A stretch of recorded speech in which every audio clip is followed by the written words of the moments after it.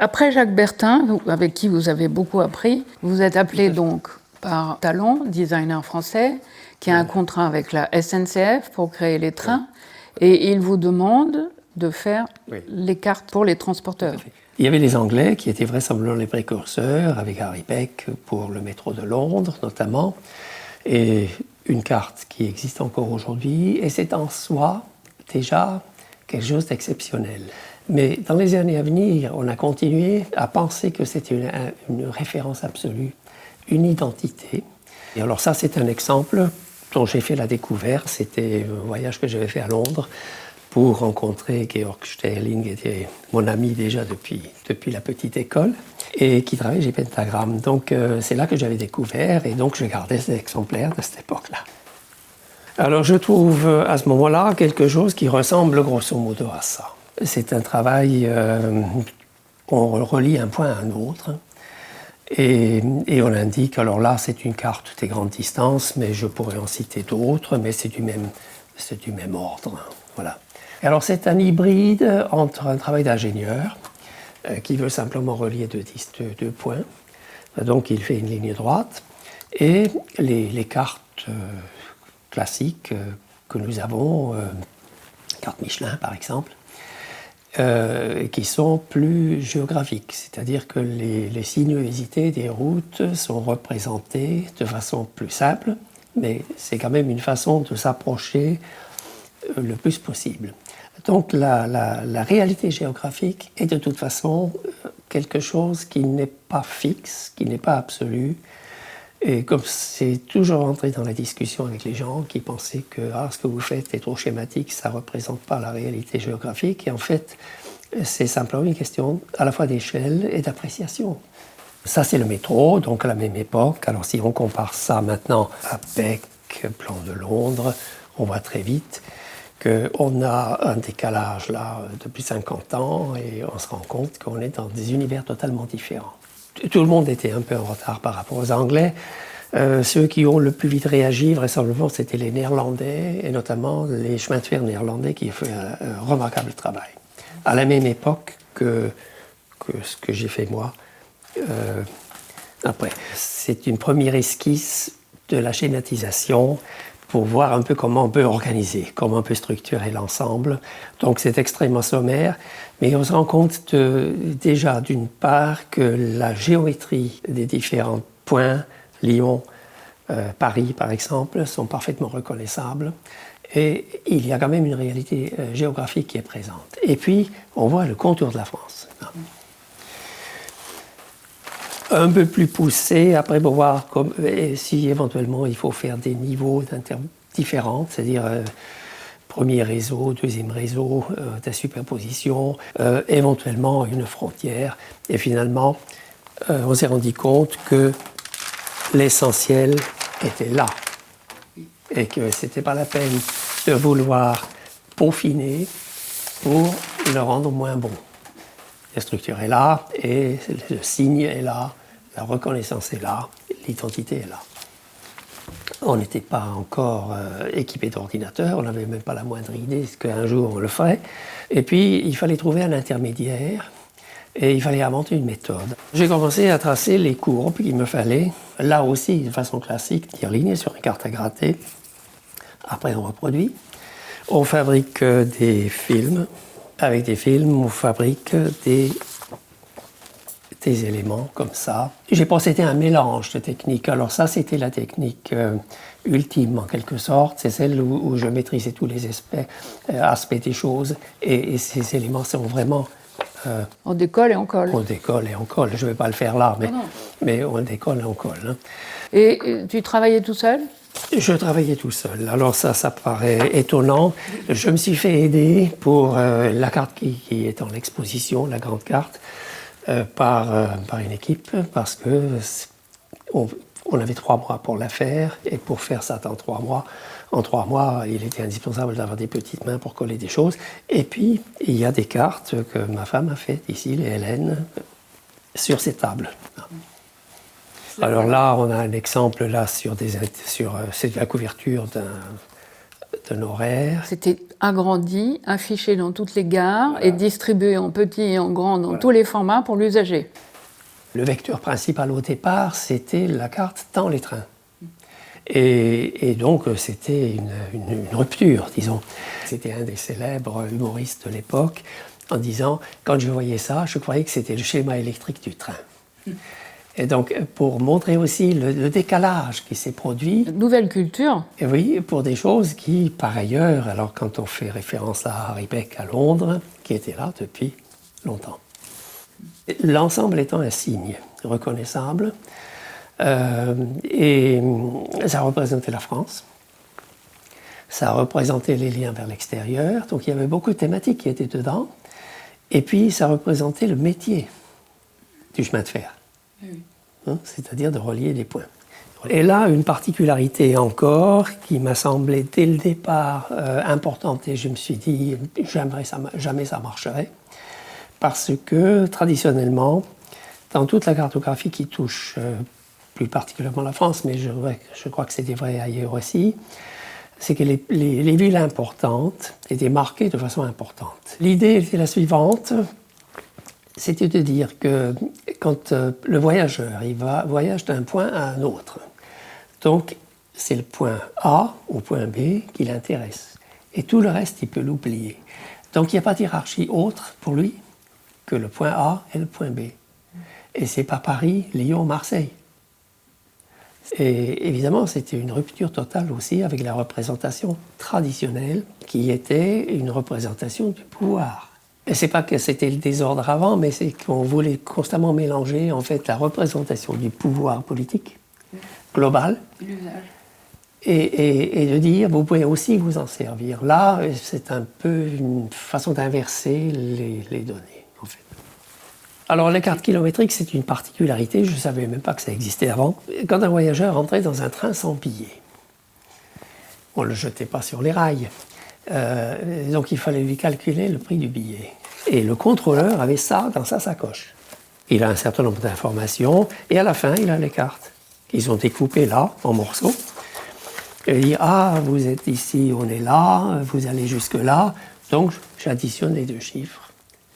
Et il regarde dans le repère. Il regarde le tarif et il a le prix. Le prix unitaire, il multiplie par la différence. Alors, je ne sais pas si vous voyez ici dans le détail, si vous faites un gros plan, le travail de collage. Alors là, j'ai été obligé de me faire assister par des gens qui aidaient à coller. Cette façon de faire avec les adhésifs qu'on a vus tout à l'heure, sur une première trame qui a déjà été réalisée avec les transferts. Ensuite, un contre-type sur film, et après, on colle sur film, parce qu'il y a comme ça toutes les générations, au cas où il faudrait venir en arrière. Le preset, c'est une technique plus rudimentaire. Et là, vous avez le transfert, je vais essayer de vous montrer. Vous avez pour les lignes et les points, vous avez le transfert, et le blanc qui est visible autour des points est regratté au scalpel. C'est enlevé, c'est une partie enlevée. Et la typographie, c'était de la photocomposition qui commençait aussi à exister à l'époque. Et c'est quel alphabet? Alors ça, c'est l'univers. Univers. Ah.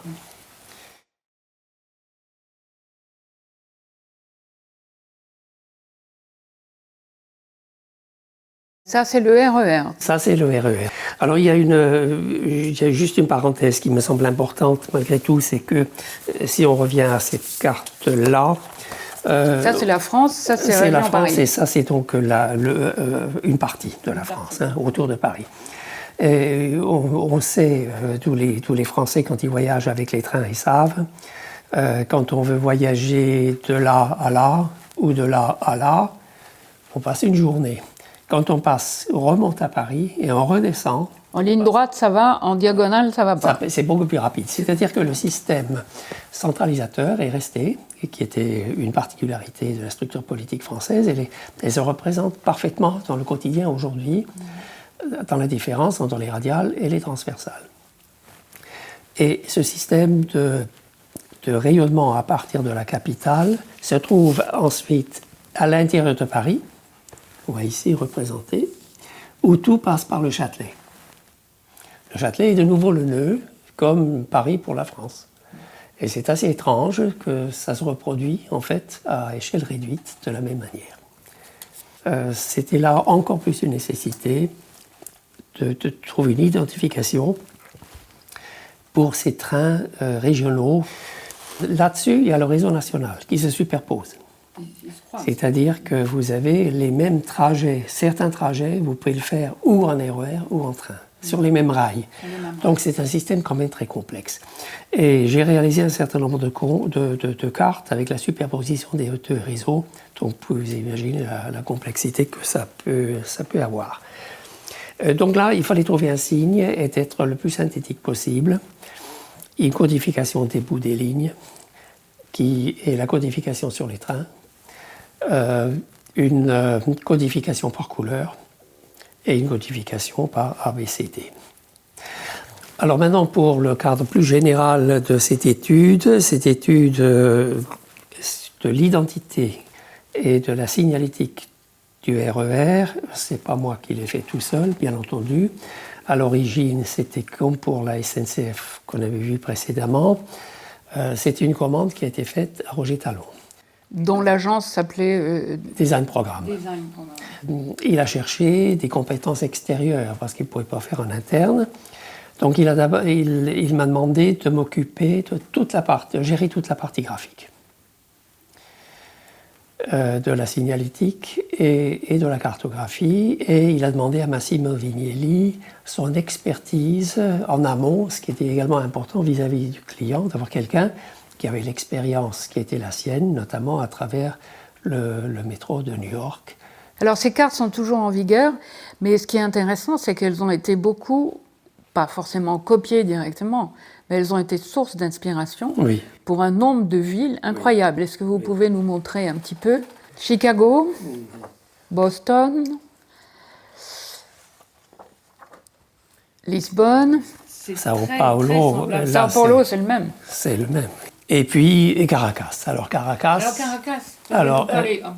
L'auteur du livre, je me dis. Et puis je suis tombé sur Caracas. Ça vous ressemblait tellement, et j'ai jamais trouvé l'auteur. Alors je lui ai dit, c'est très facile. Je vais vous le montrer. Voilà l'étude. Là aussi, Roger Talon avait la charge de dessiner les trains. Pour le métro de Caracas, il a dessiné le train, il m'a laissé faire la carte, donc j'ai repris les mêmes principes que pour le RER, et en fait, elle existe toujours. Elle existe toujours. Ça, c'est le document de base qu'on vous a donné. C'est le document, exactement. Et que vous avez traité et qui a donné après cette carte qui est toujours. Oui. C'est le cahier des charges. Cahier de charges, en quelque sorte. Toute la région parisienne était à l'origine régie par différents réseaux d'exploitants. Il y avait une partie qu'on appelait la ligne de Sceaux, c'était la SNCF. La ligne qui est rouge ici, c'était la RATP, c'est-à-dire les gens du métro. Alors ça posait des problèmes considérables parce que les syndicats étaient les premiers à se manifester en disant on n'a pas le même tarif horaire entre nous. C'est-à-dire ceux de la RATP sont mieux payés que ceux de la SNCF ou inversement. Et donc c'est une décision politique, éminemment politique, pour faire progresser tout ce réseau-là. Et la décision initiale, elle était là. Donc avec ça, j'ai fait ça. Ici, nous sommes relativement précis, mais comme de toute façon, on ne peut pas se le représenter, ça n'a pas d'importance. D'autant plus que le cours de la Seine, personne n'est capable, même un Parisien qui est là depuis toujours, ne peut pas s'imaginer comment ça passe là. Et alors là aussi, il n'y a pas une station plus importante qu'une autre, sauf les connexions. Mais les connexions ne sont pas écrites autrement. Tout est au même niveau. Et typographie, là? C'était l'Helvética pour ça, pour une raison simple, c'est que dans l'ensemble du programme RER, je vais quand même sortir un des aspects. C'est pas dans un bon état. C'est un des cahiers d'études? C'est un des cahiers d'études avec le logo, avec les codes graphiques. Et là, c'est un comparatif avec ce qui se passe par ailleurs, pour avoir une idée comment se comporte en termes de lisibilité. Après, il y a la distribution de l'information digital mélangé à ce qui ne l'est pas, etc., etc. Alors, les codes couleurs, c'est vraiment l'univers de Massimo Vignelli. Vignelli, d'ailleurs, pour ceux qui connaissent Vignelli, ils reconnaissent immédiatement. Le Warm Red et le 274 Pantone, il a des registres comme ça. Il a un peu eu de mal avec le jaune parce qu'il ne fait pas partie de sa nomenclature en quelque sorte. Il m'a toujours dit, lui quand il fait un gris latin. Il a dit, les Allemands quand ils font un gris, ils font un gris germanique. Et ça voulait dire qu'il y a toujours une tendance verte. Quand on est au nord du Rhin et quand on est au sud du Rhin ou au sud des Alpes, on a fait des gris chauds. Les lumières ne sont pas les mêmes. Voilà, les lumières ne sont pas les mêmes. Et donc, on voit là-dedans, le jaune ne colle pas tout à fait avec. Et pour le reste, on est dans le monde de Vignelli. Vignelli a dessiné les logos.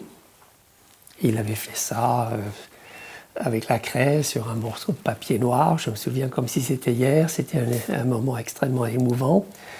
Et là, on voit, il y a une parenté avec New York. Il a commencé à dessiner des caractères simplement à la craie, en grand, et qui étaient naturellement arrondis au bout. Il a dit, bon, il faudrait trouver quelque chose comme ça. Et puis j'ai trouvé, chez un producteur de caractères à Londres, chez Face, j'ai trouvé un caractère qui s'appelait Formula One, qui était en fait pas autre chose que l'Helvetica arrondi. Et donc j'avais pris ça. Et comme ce caractère n'était pas optimisé pour nos besoins, on l'a fait entièrement redessiner par Albert Breton.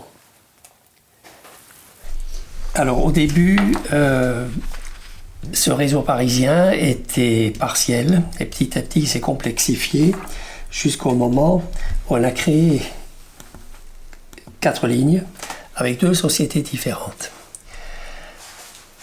Alors tout ça, toutes ces histoires commencent en 1938 déjà, avec des petits morceaux, avec des sociétés différentes d'exploitation, et qui portaient des noms différents, la ligne de Sceaux et des choses comme ça, et puis la naissance, en fait, d'un premier petit réseau, des choses qui se greffent dessus et qui se complexifient pour arriver à ça.